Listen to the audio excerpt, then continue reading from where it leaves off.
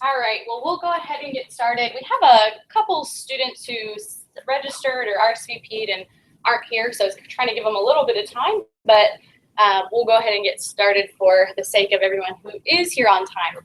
I will let you know this presentation is being streamed live and is being recorded and will be available on our YouTube site, so you can take notes if you'd like. We encourage that, but you are able to access it again.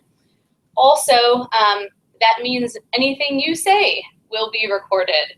Unless you walk in front of this camera, your face will not be recorded, but you will, your words will be recorded. That should not discourage you from asking questions. That should encourage you to ask questions, as they probably are things that other people who are watching may want to know, but be aware that that will happen. For those of you who I don't know, my name is Lauren Albaum, and I'm one of two full-time health professions advisors with the Division of Health Professions Advising. Our office is soon to be located in this building on the second floor in LIB 231, and so you can always find us there. The other full-time advisor is Dr. Melvin James. And then we have a variety of health profession certified advisors who you may have seen. Those are individuals who've gone through our certification process, and they are on our e-scheduler and able to see students, but their first priority is for their students in their major, so they may not always be available. So today, this workshop is an application preparation workshop. It is designed for students who are in the throes of applying. That doesn't mean that you can't listen to the information sooner and be able to get maybe a good grasp on what that may look like for you in the future, but many of the things will be a little bit more nitpicky about the application itself. Sorry about that. About the application itself, about ensuring just in a last minute attempt that you are competitive this cycle. We'll review that, and some suggestions for preparing right now. As any of you know who've come to our office, we are going to encourage applying early, but also applying when you're ready, and we'll talk about that a little bit more.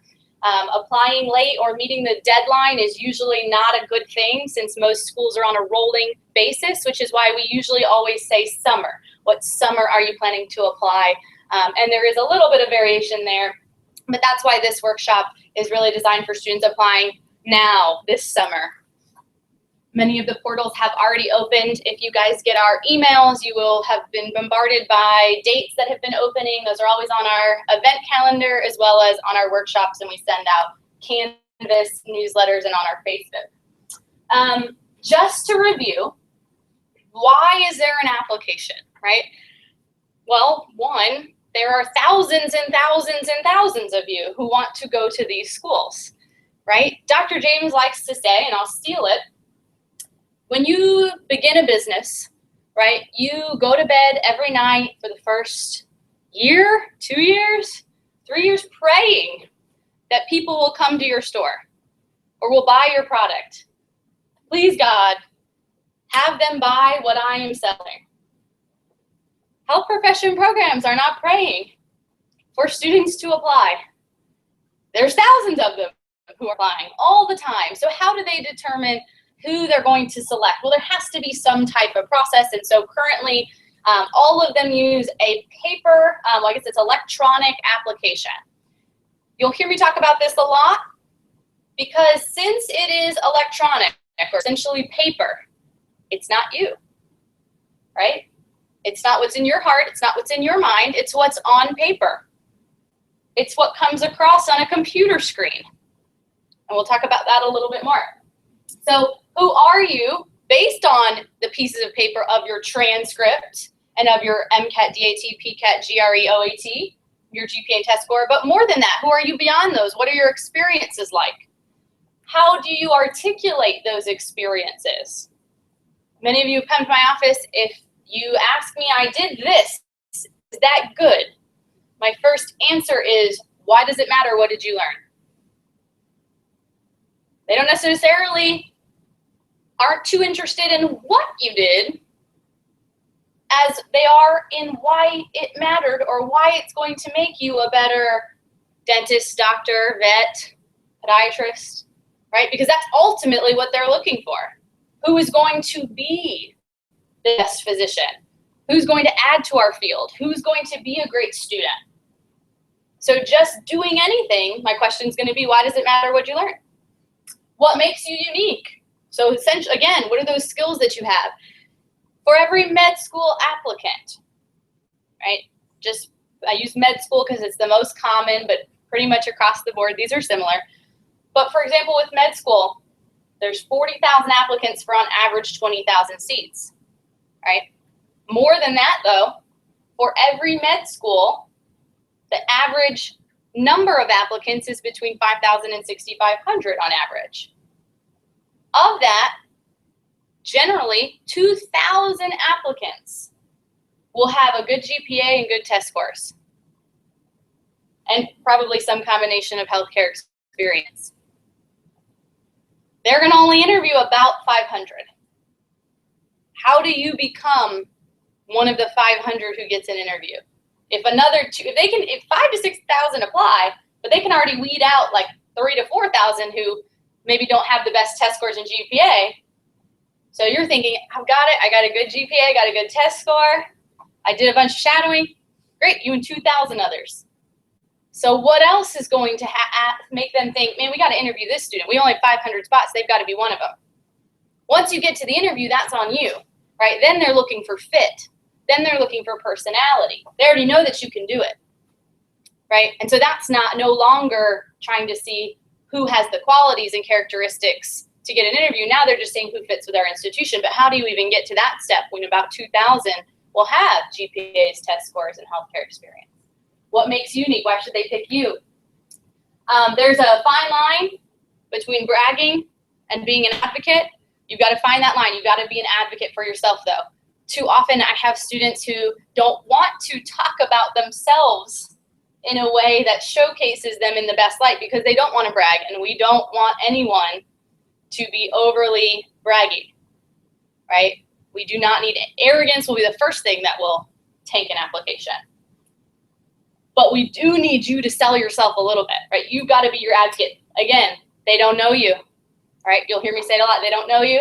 They don't know anything but what you put on those pieces of paper or that computer screen. If you don't tell them, they don't know. And again, we are looking mainly at this point for you to get an interview, right? Yes, we want you to get in, but in reality, the first step of that process is securing an interview, right? Because you got to get the interview to be able to go and then give the rest of the story and to make sure it's a good fit. And the interview, the other good thing about it is it's not just for them. The interview is for you. The interview is for you to look at their school, for you to go on tours, for you to interact with their students and their faculty, and for you to see not just if they think you're a good fit for them, but are they a good fit for you? So, but the first step in that process, if you're applying right now, is actually securing that interview, becoming one of those about 500 that gets an interview spot. So as a reminder, the best time to apply is when your application is strongest, right? We have a lot of catchphrases in our office, one of which is you can be a great applicant and have a poor application, which is why you're here, because I'm sure all of you are great applicants, but you want to be sure you have a great application as well, because again, they don't know you. But another thing is they'll take your money. It's my favorite catchphrase. They'll take your money. You can apply with a 1.5. They'll take your money. You can apply whenever you want. But the question is, do you want to apply or do you want to get in? Because if you want to apply, freshmen could go apply. And they could post on Facebook and Twitter, and they can make an Instagram photo of the screen, like with the, you applied screen, and they could tell everyone that they applied to med school, dental school, vet school, PCOT, optometry, naturopathic, chiropractic, all the above. And they'll take your money to do it. But if you want to get in, you will apply when your application is strong. And so we'll quickly review what that is. And when you can demonstrate, both in your, I usually say 5 pieces of paper, transcript, exam score, letters of recommendation, personal statement, and application itself.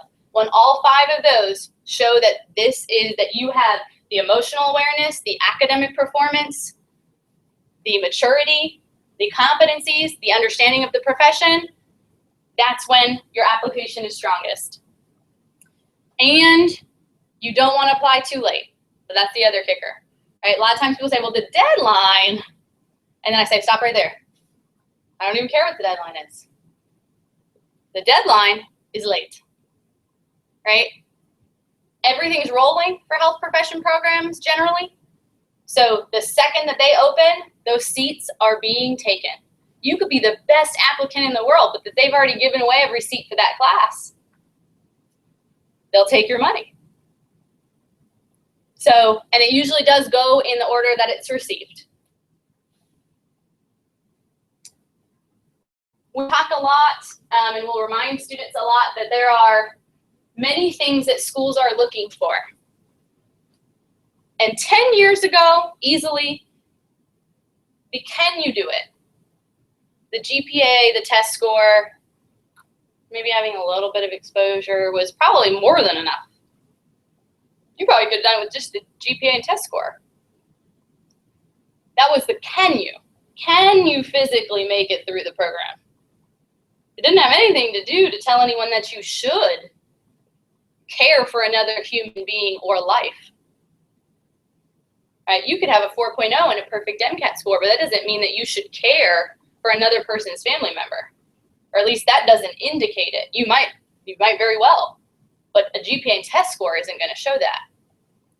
What skills do you have? What qualities that not only prove that you can do it, that you will thrive in a med school, dental school, vet school, that you will be able to see blood and not faint? There's the basic can you do it, and then there's the should you do it. What's going to lead them to believe that you should be in this profession? And it's got to be more than I like to help people, because I help people. I'm helping all of you right now, I hope. But then no one wants me to perform surgery on their loved one, nor do I want to. It's not a good thing, right? But I help a lot of people. So why specifically should you go in this capacity and care for other persons or pets? Why? How are you going to dignify the profession? What skills do you have? So, and do the explanations add up, right? If you tell me that servant leadership is at the core of your personal philosophy, and you have nothing in your work and activities section to tell me that you are a servant leader, you can tell me that you're a servant leader, but I've got nothing to back it up, right? They don't know you. They only know you by the pieces of paper. See where this is going? Okay. Another huge one, a lot of times, and we love when people ask questions in our office. We love it. We love it. That's what we're here for. But a lot of times I get the question of, students ask me, where should I apply? And I say, I don't know. Where should you apply? Here's some resources, right? You have to start researching. Where do you want to live? What faculty-student ratio do you like? What curriculum do you enjoy? Do you like problem-based learning? Do you like traditional lecture style? Do you like the certain elective courses that they're going to offer? Do you want to live in that geographic region? Do you like their residency placement rates? Right? These are all great things for you to look at. And what can you explain to me your rationale for applying to that school? Really good habit to get into now, because you're going to have to do it, right? If you do get that interview, you can bet that they're going to say, why us? Why do you want to come to Morsani College of Medicine? You may know that one because you may be here and you may love USF, but what about all the other schools?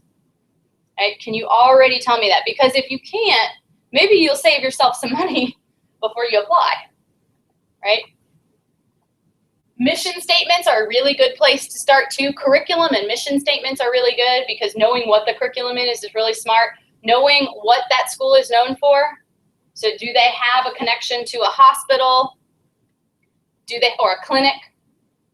What does their curriculum look like over 4 years? What are those electives like? What courses are required? What's their faculty-student ratio? And the mission statement's huge. A lot of schools are mission-driven. So a good example here in Florida is Florida State University, because they are driven by their mission to serve underserved population and rural medicine. So they will look specifically for students who have a passion for working with underserved populations and in rural medicine. That doesn't mean every single student they take will be in that.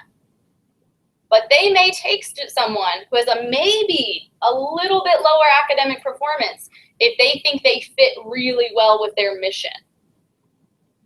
So what is that school's mission? Do they have a mission for research? They have a mission for underserved populations. They have a mission for metropolitan medicine. You know, do they have a mission that specifies? And knowing what interests you. On our website, under our on the left-hand side, we have a tab called Applying, and we do have some resources on there. There's a Mission Fit webinar that talks about how to look for what's in a school's mission statement. We have a worksheet that will ask you to go through and look at every school for a certain checklist of items. Really good place to start there too. And secondaries, by the way, even before the interview, on your secondary application, they're probably going to ask some version of what interests you about our institution. Almost guaranteed. So you're sitting here, you're going, yes, this is all perfect. I feel really good about this. I'm ready to go. I started looking at what schools I want to apply to. I feel competitive. My GPA is good. I can show them that I'm not only academically prepared, but that I should be in this field. And so now you're ready to apply. So we'll kind of review some of these application parts. They all do vary. For those of you who have already started an application, they are generally through something, we call it a centralized application service. They're generally, they usually say CAS, centralized application service. So PT CAS, so for physical therapy, centralized application service. AMCAS, American Medical Centralized Application Service, right? You get the gist. So these centralized application services are generally now being run through the same company, Liaison CAS, which is nice because they do look pretty similar between them.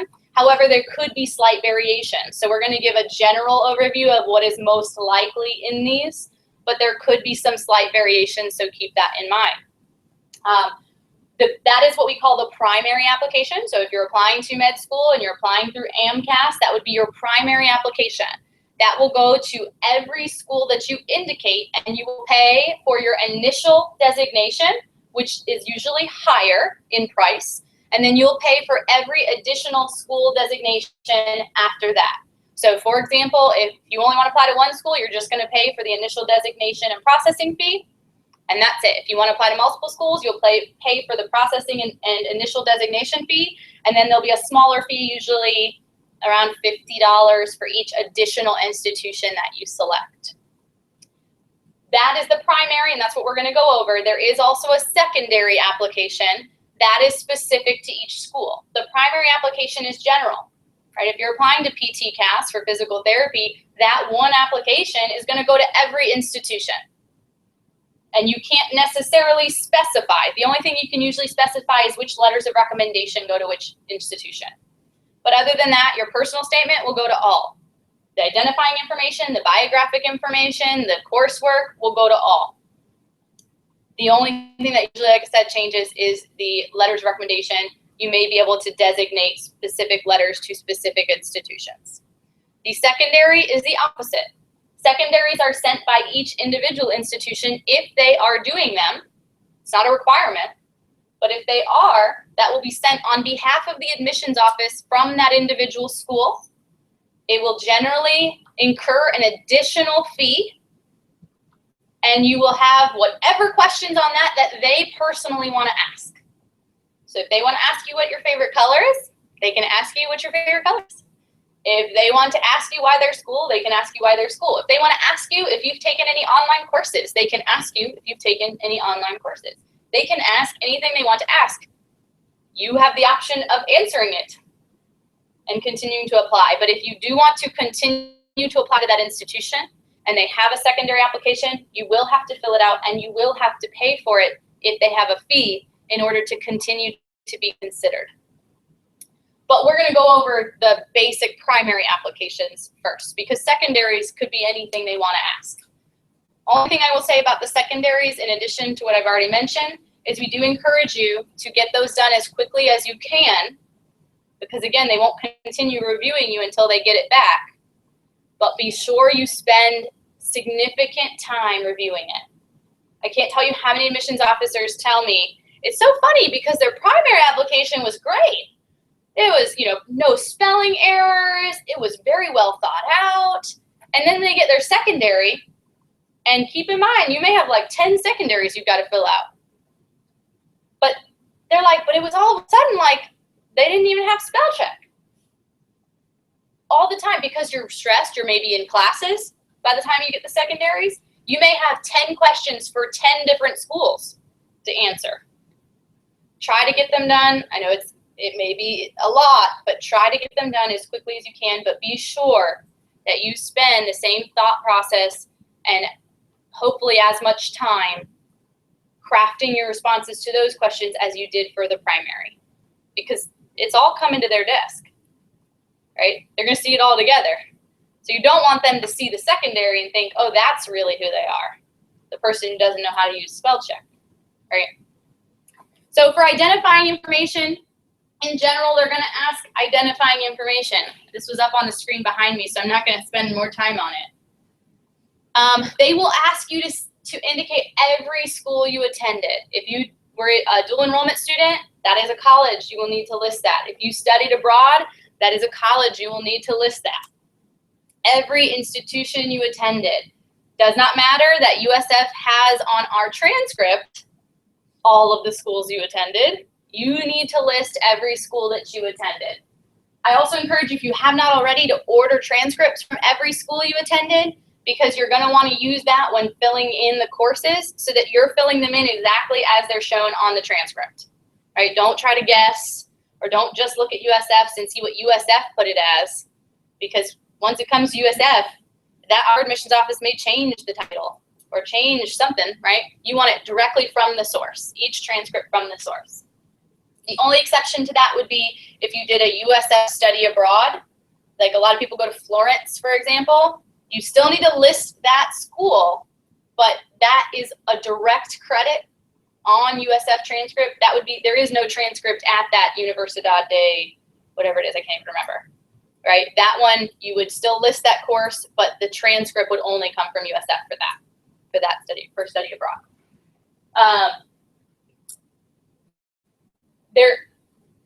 There is, so make sure you send them all. You will have to send every transcript to every institution as well. So keep that in mind, except again with that study abroad. If it was a direct credit study abroad, usually you would just send the transcript from USF, even though you would indicate that you still attended that institution. This is a big one that we get lots and lots of questions on, institutional action.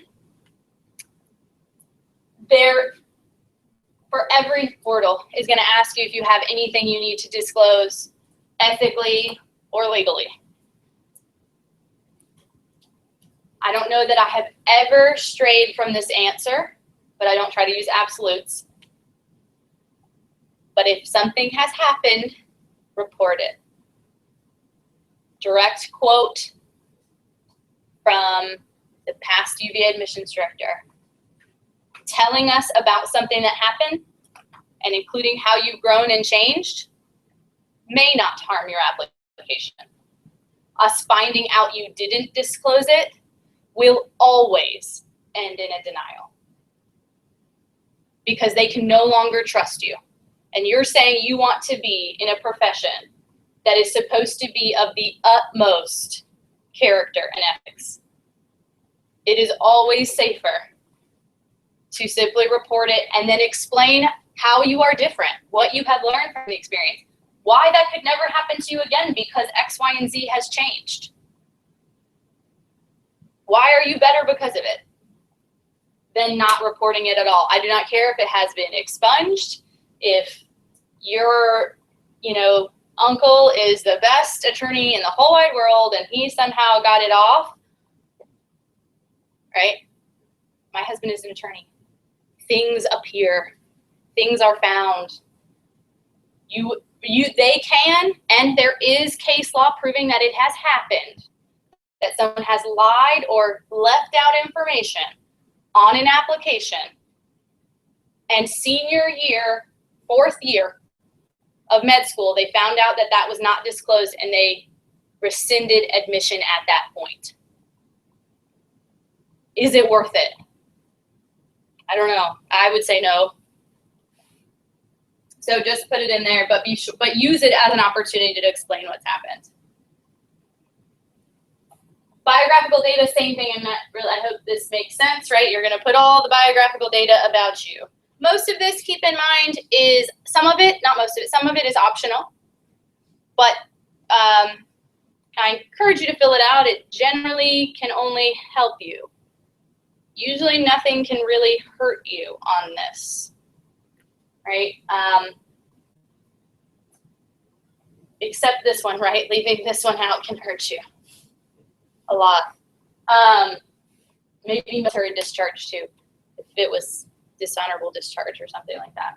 But a lot of it, you don't, for some of it, like ethnicity and race, they may not make you disclose. There's usually an option for do not want to disclose, but usually people ask, well, should I disclose that? Or I don't want to disclose it because of X, Y, and Z. The reality is there's so many people applying, right? That is going to have such a minimal factor on your application. It's really just for their data, a lot of it. So go ahead and report it, generally is our answer. If you feel strongly you don't want to, that's up to you. If it's allowed, it's up to you. Entering coursework, so I talked about this a little bit. You must report every grade. Must, right? I get students all the time, well, I retook a course. Every course you ever took at any institution past high school, or if you were in high school and took dual enrollment, you report it. Any college course. It doesn't matter if you took it 5 times, you report you took it 5 times. Every course you ever took, and again, this is where it's helpful to have the transcripts directly from the source, because you don't have to spend a bunch of time trying to remember, figure out, like just report it exactly as it's shown. Same thing, dual enrollment, APIB, right? If it is college credit, they're usually going to want it. You guys probably all have heard about this, the BCPM GPA or the science GPA or prereq GPA, right? They will calculate that, but there is going to be an option for you to indicate if it's a science course. Each individual program lists what they determine as a science course, right? So AMCAS has a course classification guide where they indicate what is a science course. PTCAS has one that's different, right? So you want to look at those guides to see if it was a science course. Those are all on the web. If you are not sure if it's a science course, right? I get a popular one is like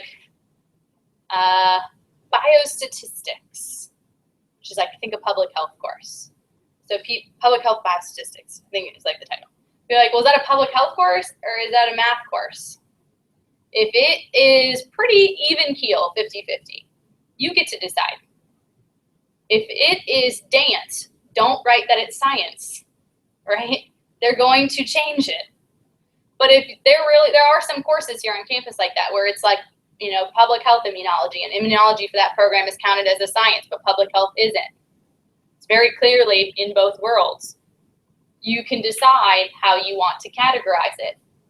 If they think that it shouldn't be categorized that way, then they will change it, which is why don't put all your dance courses as science, as you might just make them angry. But if it really is something that goes either way, you can decide, and then obviously you'd want to, if it was a good grade and you think it could go either way, then you'd probably want to put it as science. If it wasn't as great of a grade, then maybe you wouldn't, because your science GPA is going to be extremely important. See, this is why having a transcript is very helpful. This is one course. You will do this for every single course, one at a time, that you ever took.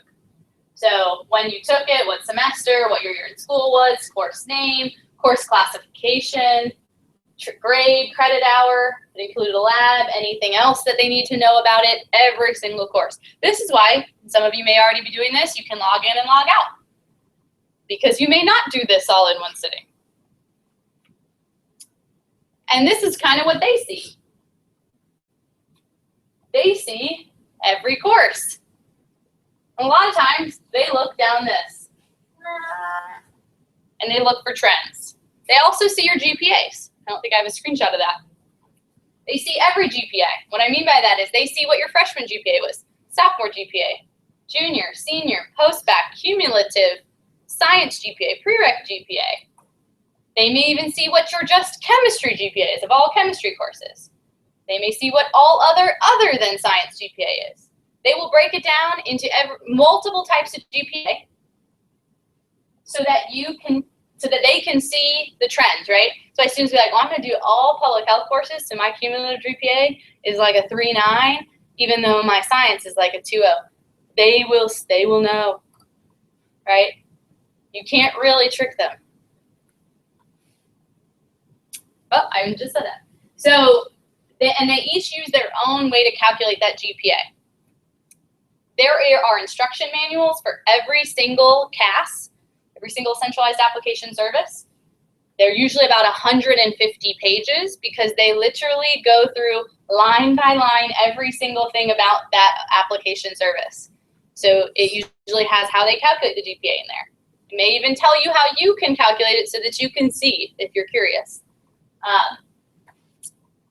They calculate plus minus grades differently. And they do this because they need to make sure that across the board, regardless of the institution you went to, that everyone's on the same playing field, right? If another school does, instead of semesters, they do where it's 3, or instead of semesters, they may do quarters, right? They have to make sure everything is even keel. And some schools don't have plus minuses, so they're going to try to make it even. This is a big one, and this goes towards the application. I'll talk about this in a minute, but there's a lot of times that we'll say, go ahead and apply even before you have your entrance exam score. And again, I'll clarify that in a minute. But this is generally why. Once you click submit on that application for the primary centralized application service application, it's going to go to the headquarters. So if it's AMCAS, it's going to go to AMCAS. And they are going to process it. No school is going to see it until after they've processed your transcripts, calculated your GPAs, made sure you didn't plagiarize, and that'll take 3 to 6 weeks, depending on when you apply. So keep that in mind for when I come back to why sometimes we may ask you to apply, or we may tell you to apply before your score, or recommend. We'll never tell you to do anything. This is your life. They'll look for the right trends. Do you have a whole lot of withdrawals? I usually tell students a lot of times when they're looking at their application, and this becomes clear sometimes when you're actually filling it out. Where could they doubt you? It's a really tough thing to do. Because I'm telling you to be your own advocate, and then I'm telling you also to look for where they could doubt you. But everyone is great, right? They're not trying to like knock everyone down, but on some level they have to pick who they think is most likely to succeed emotionally, mentally, physically, and in the future. So if there's something that leads them to maybe doubt your abilities, doesn't mean that it is an indicator of your abilities. But if it leads to a little bit of doubt, they may just go with someone else. So where could they doubt you? If there's a whole bunch of withdrawals, it doesn't mean don't apply, but is that something we need to talk about in a personal statement? How do we eradicate to the best of your ability any doubt? So if you're looking at your GPA, is there anything that would lead them to doubt your academic abilities? If you're looking at your entrance exam scores, is that going to lead them to doubt your abilities? If you're looking at your work and activities, is that going to lead them to doubt your abilities or your interest or passion? All right. Sometimes that means we need more time before you apply. Sometimes that means we've got to talk about it. Grade forgiveness is a common question we get too. Who knows the answer? Oh, it's on the screen. I was going to say who knows the answer, but grade forgiveness is not really a thing. Only DO schools and optometry will accept grade forgiveness. So if you have a lot of grade forgiveness, your GPA is going to be much different, probably lower, when they calculate it. Grade forgiveness, I don't even know what it does. And I've been an advisor for 3 years. I do know what it does, but it doesn't do what you think it does. It only saves you from being dismissed from the university or to show your parents a higher GPA. If you're using it for any other purpose, it's probably not going to do what you think it's going to do. because it only counts for internal USF. You go to apply to grad school, probably isn't going to count. You go apply to a health profession, probably isn't going to count. It was really designed for students who were at risk of being dismissed, to keep them from being, to allow them to put in a grade forgiveness to keep them from being dismissed. Or again, if you want to show your parents, look at my GPA is so much higher, it works for that too. Other than that, not so much. This one is probably, if I could put like stars and like blinking lights, I would put it on this one. Because a lot of the other things, they are what they are at this point. If you're applying this summer, they're it, right? There's no more grades we can put in. You already took your exam, or you're about to take it, so hopefully you're prepared. Right? There's not much time left for the entrance exam and the coursework if you're not already there. The work and activities, on some level you can influence. Now obviously there's not a lot of time to do more. So if you don't have enough quality experiences and you're wanting to apply right now, there's not a whole lot you can do to change that because we're here. But what you can influence is how you talk about those experiences. Again, they don't know what's in your heart. They don't know what's in your mind. They only know what you write. So if you tell me, I shadowed, period, I have no idea what that means. I know what shadowing is, but I don't know I don't know if you do. Like, what is shadowing? You didn't tell me anything. You just told me you shadowed. Maybe you think shadowing is looking at a computer screen. I don't know. What did you do? What did you see? What did you experience? If it's impressive, quantify it. I took vitals for 40 people over a 3-month span where I was responsible for blank, blank, blank, and blank. Use correct medical terminology. If you haven't used every character of the character limit, if you're not struggling to put that experience into that minimal of a character limit, we may have a problem. Because you only get a very, very minimal, little teeny tiny character limit. You should be like, oh my God, how do I write everything I saw and did in that tiny character limit? And if it's a most meaningful experience, then it should definitely tell me why it was most meaningful. That sounds very silly. But if you click it as most meaningful, you must tell me why it was meaningful. What did you learn? What did you see? So going beyond this, what did you do? Now it's into why did it matter? Why is it meaningful? We generally consider must-haves being you must have some form of healthcare experience, right? If you tell me you want to be a PA and you have never shadowed a PA or worked in or around PAs or volunteered at least in and around PAs, how do you know you want to be a PA? I don't know. Maybe if you can come up with an answer, maybe we can talk about it, but I don't know that I've ever had a student who could do that, right? Because then you're left with answers like, because I want to help people. And then I say, well, I help people and I'm not a PA, right? So if you don't have any healthcare exposure, or you don't have, some quality, a lot of healthcare exposure even, it might be hard to apply. Community service has become a really big one. I've had a lot of students actually this cycle who did a lot of healthcare experience, had a great GPA, MCAT, more so than ever before. We didn't really do any community service though. And they were told by the admissions committees, you maybe should wait to apply. That's a new thing that's coming out more and more. More and more we're hearing community service, this empathy, humanism, giving back to your fellow citizens, because that's essentially what you're planning to do is becoming more and more important. I don't know if I really want to put that in the must-have column yet, but we're going there, so I'm leaving it there for now. And most will have a wide range of skills because you're trying to say, look at all of the things I bring to the table. So hopefully that work and activity section is varied. It directly aligns with competencies. It clearly articulates all of the different skills that you have in healthcare and outside of healthcare. Some of them will have a limit, like the AMCAS only allows you to do 15. I hope for everyone in this room that you're struggling to pick 15. I hope you have 30 experiences and you're like, man, which ones do I pick? Right? If that's not the case, it's okay. But do know that a lot of the students who are selected will have a majority of those spots filled with quality, varied, and sustained activities. Again, doesn't mean you can't apply if you don't. But that will be more norm than not.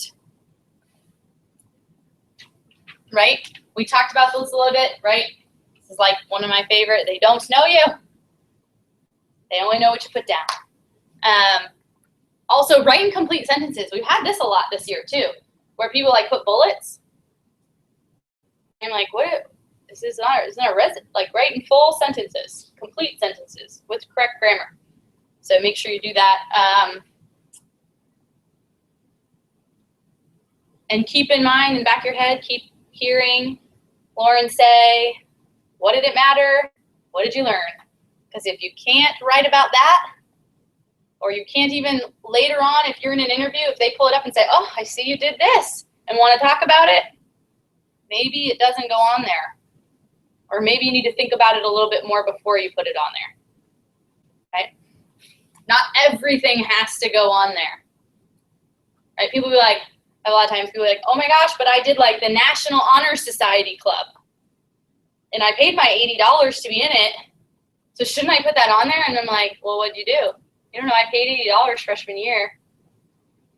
It doesn't go on there. Right. Right, so here is kind of what it'll end up looking like to them for each activity. Right. I'm going to read you one of them so you can get an idea of a really good explanation. Right. Now imagine a bad one says, I shadowed in neurosurgery, period. Okay, this would be a better one. Because of my interest in neurosurgery, I accompanied Dr. Harry Van Leeuwen as he performed 3 neurosurgeries. The length of time for the surgeries I attended ranged from 5 to 7 hours. I'm getting a really good picture here of what that looked like. I observed several unique cases in the operating room, including tumors in the cerebellum and in the Meckel's cave.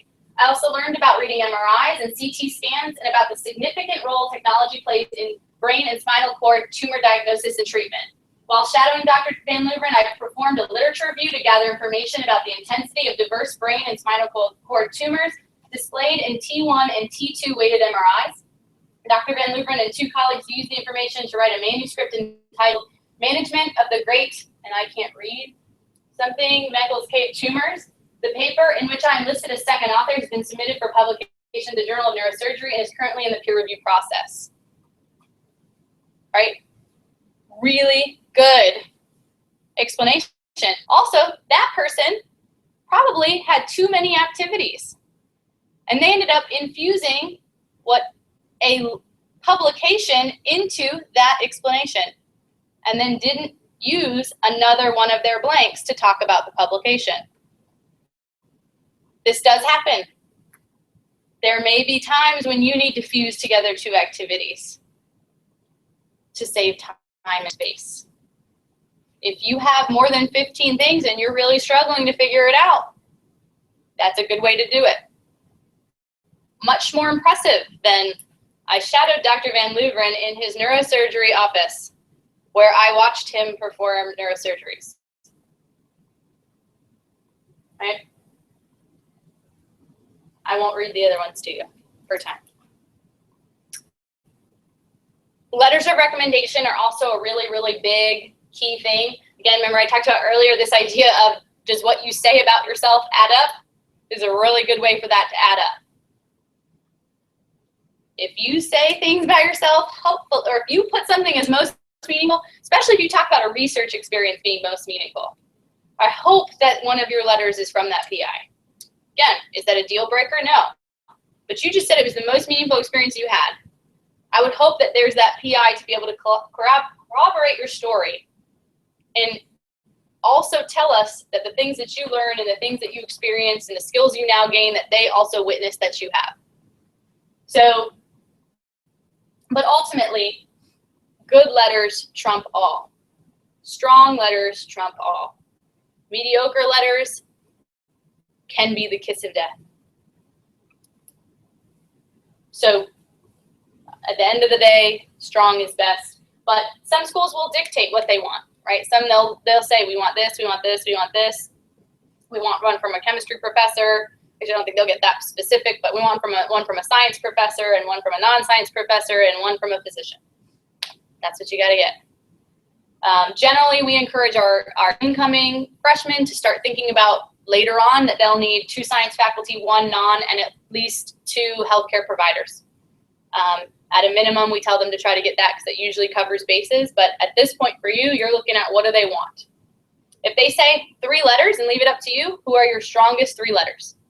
You may not know because you may not have seen the letter, but you know that person and you know the interaction you've had with that person in the relationship. And hopefully you can get a good gauge on who wrote you the best letter in that realm if you don't actually know what's written, which you shouldn't because you sign away your rights to know what's on that letter. There are different ways that they can apply. By mail is almost non-existent now, but is still available for a few seldom. Electronic is the most common, and commercial carrier, something like Interfolio, is going to be the next most popular. For the letter writer service, which is that electronic option, that's where once you log into your centralized application service, they will give you instructions on how your letter writers can upload letters. What generally will happen is they'll put in, you will put in their name and information, so their name, their email, and you'll get to write a nice little message to them. Hi, Dr. So-and-so. Per our earlier conversation, because you should have already asked them and reminded them that they're going to get this email before they see it in their inbox. So per our earlier conversation, here is the link for you to upload the letter. Again, because you've already talked about this with them. That should not be the first time that they see a letter request. And then it will prompt them to upload right on that link that directly goes to their email. The other option for some of them is they may give you an instruction sheet that you can give, and it has your information in it. Like it'll have your ID number and give them the link to go to. That's the most common at this point. Again, be sure if you're using the letter writer service that you've already talked to the person, already got a yes, already informed them that they're going to get this automatically generated email or an email from you, so that they are not like, oh my goodness, when is this done? Another huge thing that happened this year, and I can tell you it made a lot of faculty very mad. With the new liaison cast system, it allows students to put in the date that they want the letter received. So it will say, you're in there and you go, okay, Dr. Smith, and there's Dr. Smith's email, and you write this nice, hi, Dr. Smith, here's where you upload the letter, and then you want it due next week. You know what Dr. Smith gets? A letter that says, this is due next week. It says, hi, Dr. Smith, the following applicant has requested that you upload your letter by next Saturday at the following link. Do you know what that does? It's very frustrating for them because a week is nowhere near time to give them, and it makes you look very, very bad.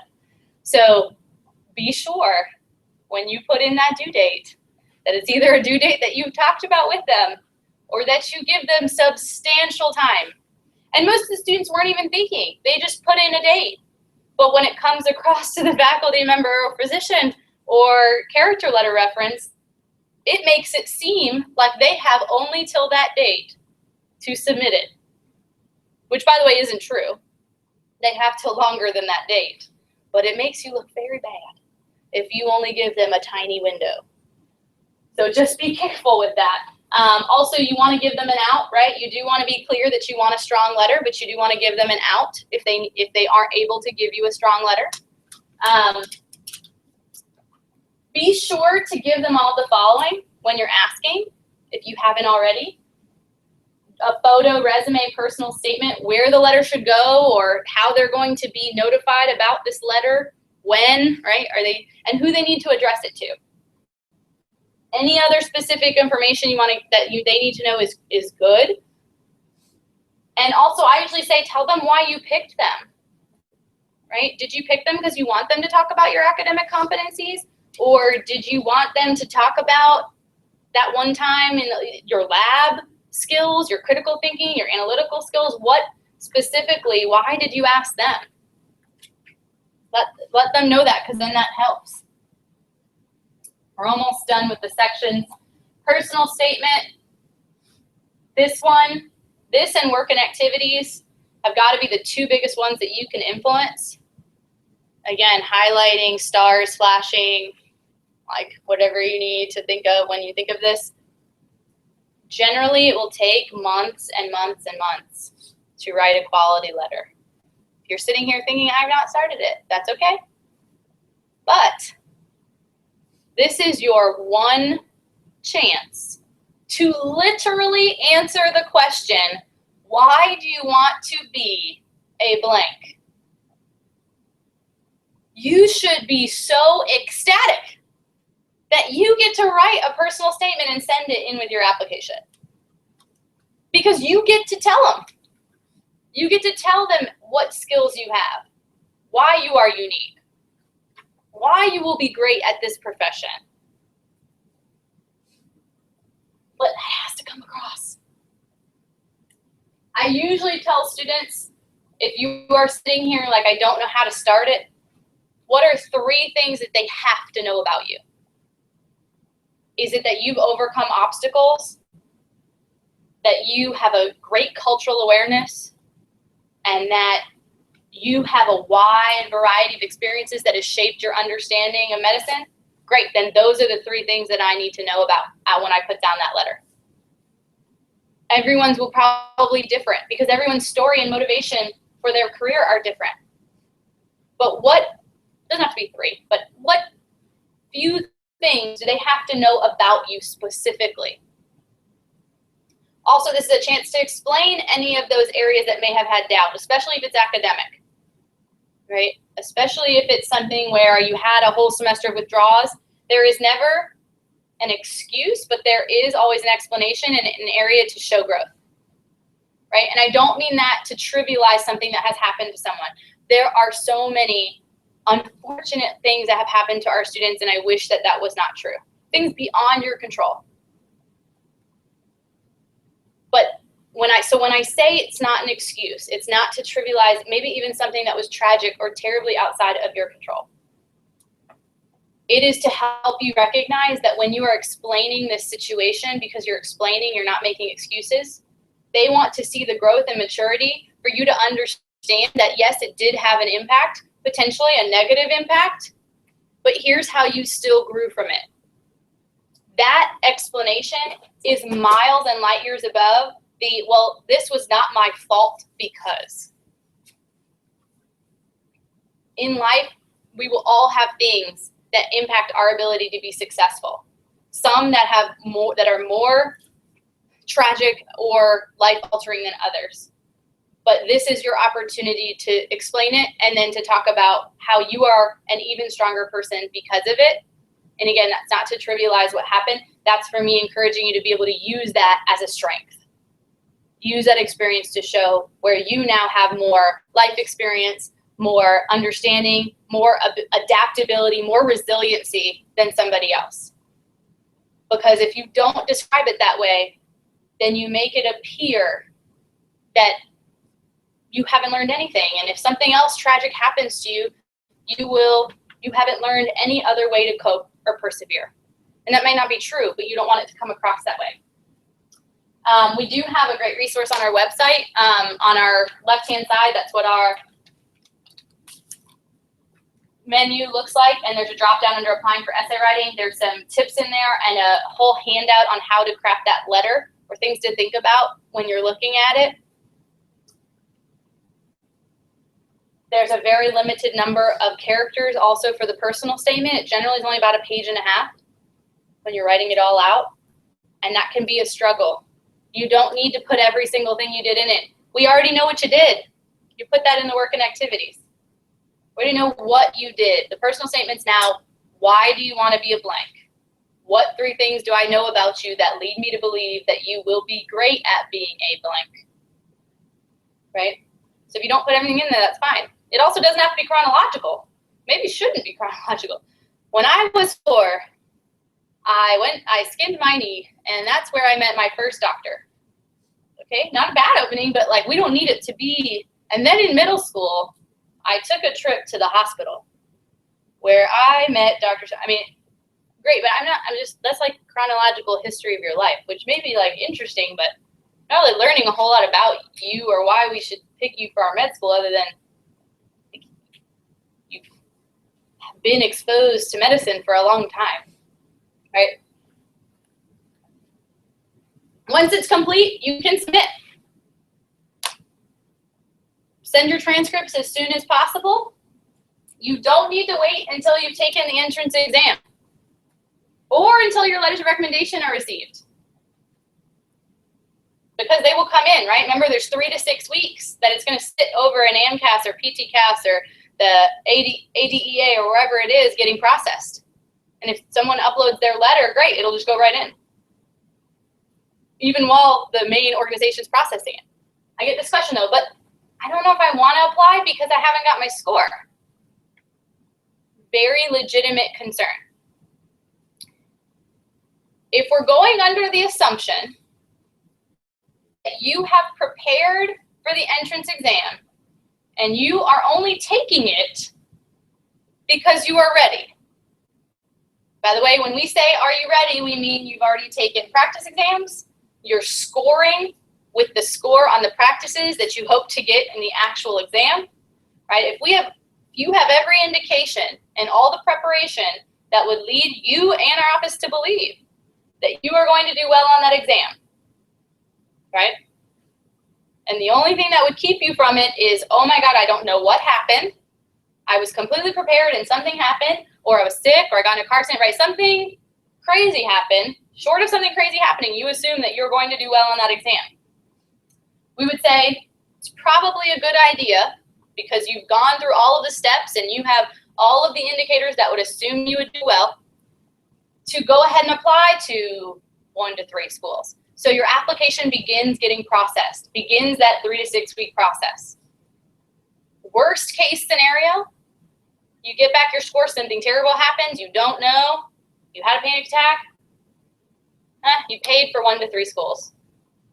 You can either, if you have time, take the exam again, or if we don't have time, then we withdraw the application and we wait till next year. The loss is the money for 1 to 3 schools. Again, we don't want anyone to lose any money, but this is going under the auspice that you were completely ready. So there was nothing necessarily leading us to believe that you wouldn't do as well as you had done on all of the practices. Best case scenario, you get the score back that you wanted, that we expected you to get. And now you're already in processing. You maybe been in processing for 4 weeks already. And now you can just automatically add in all the other designations. You don't have to be reprocessed because all of that general information is the same, right? Adding in designations doesn't change your transcript or your personal statement or anything like that. That can never be changed. But you can add more schools in. And the second you pay for them, they just get sent to those schools. Or if you're still over an AMCAS, then they just finish your processing and it gets sent to all the schools now. Or whatever headquarters it's at. Versus the alternate where you wait to get your score. Now it's great. Now you submit it. And let's say you took the exam in June, get your score back in July. Now you click submit. Now it's 6 weeks till any school sees it. Now we're looking at maybe the 1st of September. Versus you took it in June, you submit end of June, let's say. You find out your score is great in July, great. You add all the other schools in, you're done with processing in July, and all the schools see it in July. It's a big difference. Big difference between July and September. Right? Especially for the more competitive ones like medicine, dentistry, vet. There are varying shades to everything I'm saying. This is a general presentation, so again, make sure you're meeting with us and we can talk about those varying differences between the portals and different recommendations, but this is just to give you an overview. Again, so things you can change, right? So you can add schools after you submit. You can generally change your name and planned coursework, but not for all of them. But again, also this one, I tell students don't usually bank on the coursework. There is an academic update for some, but the reality is so let's say you submit in summer, which is when everyone usually submits, and then you take courses in fall. And you think, well, great, I'm gonna get straight A's in my fall courses, and then they're gonna look at that. Well, your fall grades aren't gonna come through till like January. Even if they let you submit those in January, the chances that they're still reviewing people in January, it's possible, depending on the program you're applying to, but it's not likely, especially if it's a more competitive one. Right? Most likely, they've already made all their decisions by January. Right? They've been looking at people since July, maybe earlier.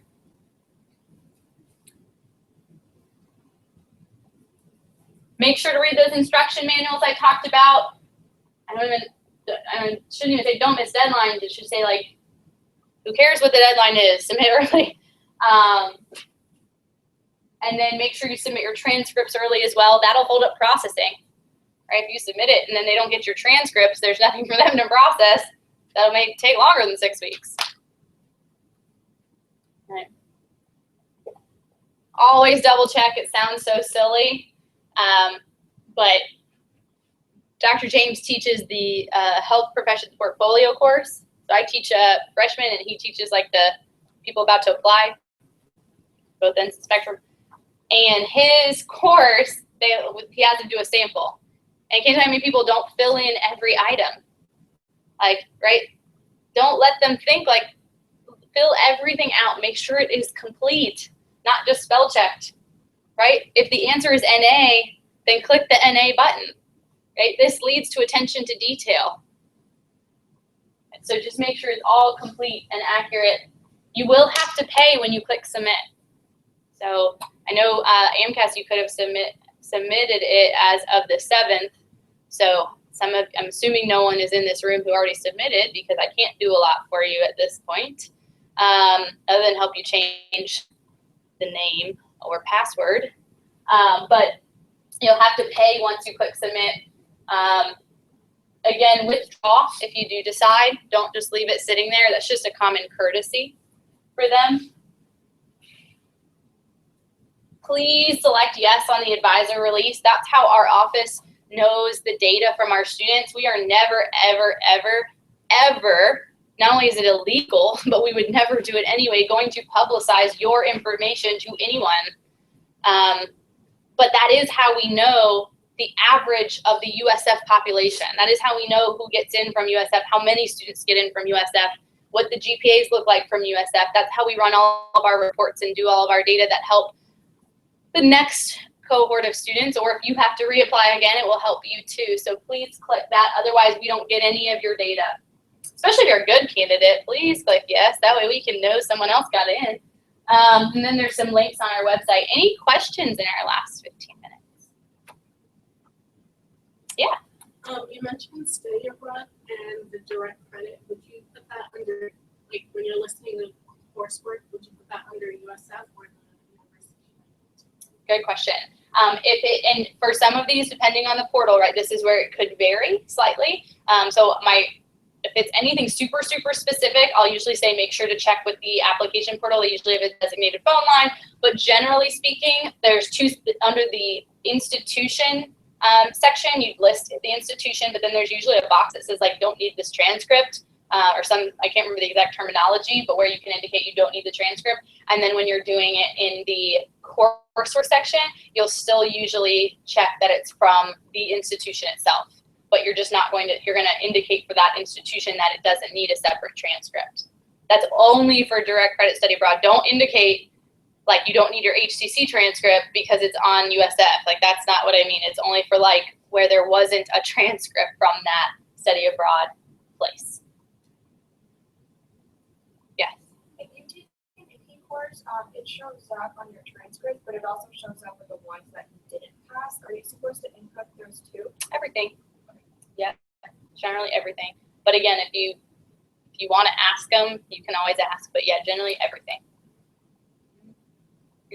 Mm-hmm. Do you know I can find more information regarding the GRE preparation or like just the demo test preparation? Yeah, so GRE actually has a myriad of free resources, way more than the DAT, PCAT, OAT, MCAT, that are free. So if you go to the ETS website, that's who runs the GRE, ET, like ET phone home with an S at the end. they have a whole link on their website that says test preparation. And they do have some stuff you can buy, but they have a whole test prep software. They have flashcards. They have booklets, question packs. I mean, almost a lot of theirs is free, and then their stuff is extremely cheap for the other stuff. Only thing is, some of it, if you order it, it's going to take a couple weeks to get here. Like a week or two. Do you have any classes like in person? So we have a GRE prep course here, but it's not for credit. It's through like the Office of Continuing Education. It is rather expensive, but we do have one, yes. And that would be the only thing that's USF that, like, I guess has the USF name on it. But that's through the Office of Continuing Ed, if I remember correctly. Not for credit. And then there is non-USF options. There's your typical Kaplan, Princeton Review, any of those, but those would not be connected to USF specifically. Yeah. Sending an application in with a low MCAT score, Sure. even though you're retaking it, Good question. is that detrimental, or are they just going to wait until the new score comes? Good question. So the question is, if the MCAT is lower and you know the date you're retaking, is it okay to send it in? The first question I would ask is, what is the date of the second one? Because now knowing the dates that are most common, it's probably fine. You would indicate that date. That should encourage the admissions offices to wait to see your second score. They don't have to, but if they're not waiting, it's probably because there's too many, it's probably for a reason. They're probably not going to wait anyways till that late, right? Usually then they will wait. And so, yes, you can. Now, if you're taking it like October or November, that may be a whole different conversation that we need to have about, is that even smart to wait that long, depending on where you're applying. If you're taking it in August, right, which we have students who do that all the time, then yes, we would generally say, make sure everything else is great, good to go. And if you feel strongly that whatever happened before is going to be a huge improvement, that's the other thing, right? We're not going to tell you to take it again this cycle unless you know you're going to do extremely well the second time. But if you are like, yes, I know what I did wrong before, or I know how to improve it, I now believe I'm going to get this score based on all my practice tests and all my studying, and I want to do it in August, yes. If it's past August, we may need to have a discussion about where you're applying, what your other factors are, all that type of stuff. Because we then start getting late, because even if you take it in August, they're not going to get it till September. We start getting a later and later. You have to submit every test score? Like, what if you take GRE twice? Well, so for the GRE, there is a new option called Score Select, and you can pay more money to not submit all scores. Now, you may still be required to submit all scores based on the fine print of the application that you applied to, right? Like, they can tell you. It doesn't matter if you can pay to keep the other scores out. If they tell you you must submit every score you've ever received, then you're either going to have to lie, which we wouldn't recommend, or you're going to have to send them. But GRE is the only application system that does allow you to select what scores you send. You cannot do that for MCAT, DAT, PCAT, OAT. Yes. Is it possible that the application, like you said, there would be 4 to 6 weeks, Yeah. that it would be processed before you can get your first test score back? Like if we wait too long? Yeah. So like if you submit it like this week and you're not taking the MCAT at all until the end of July, Yeah, something like that. yes, it definitely could. And in that case, they would just wait till they got your score, your first score. Yeah. So, and that does happen sometimes, right? Because if you're, for example, if you're ready to submit and it's tomorrow and you're not taking the exam until July, they probably will get your application before your first MCAT score. And that's fine if you were ready to submit and you felt good about the MCAT and everything else. Then they'll just hold it till they get your score. But if you want a little bit longer, maybe till the end of this month or maybe the first week of next month to continue to improve your personal statement or to work on your work and activities, then there's definitely no reason to like rush to click submit this week, because it is only going to take them 3 to 6 weeks to get that done. So if you're, make sure you're looking at the timelines and using your time to the best of your ability. But yeah, we do have students do that. Yes. Also, you said we can submit the application without the letters of recommendation. Do they wait for the letters to come in before they get the It's a good question. So do they wait for the letters to come in before they review you? It's completely up to the institution. They can. I would say probably most of them do not if they're med school because they have secondaries. Or I guess I should say for a lot of them, anyone who has secondaries, they probably are not going to because they're probably going to start looking at your application if all that's missing is letters of recommendation to determine who is going to receive a secondary. By the way, some schools give secondaries to everyone who meets their minimum requirements. Some schools only give secondaries to the students who they have selected to receive a secondary. This will not necessarily be public knowledge to you, but if you want to continue, you have to complete the secondary and pay for it if there's a fee. So for some of them, they may say, oh, let's just look and see if she meets our minimum GPA and GRE, and then we'll send the secondary request, and then they won't necessarily need to look at the personal statement until after they're reviewing your whole application with the secondary included. They could say, we really want to look at the letters of recommendation before we decide who gets a secondary. It's unlikely, but they can do whatever they want when they're reviewing your materials. Yes. So I'll be taking the PCAT over the summer. Sure. Do I go to the PCAT website to sign up for a testing date? Yes. So Kaplan, Pearson, which is the same thing. Pearson, like either owns or runs the PCAT now, and so the MCAT and the PCAT have specific dates that they offer those. So you'll want to look on the PCAT website to see what dates the PCAT is being offered, and then they'll have specific dates that they'll open registration. And I believe those are already posted at this time. I believe. Anything else? All right, thank you guys so much for coming, and be sure to look on our website for resources and come see us. Thanks. Thank you.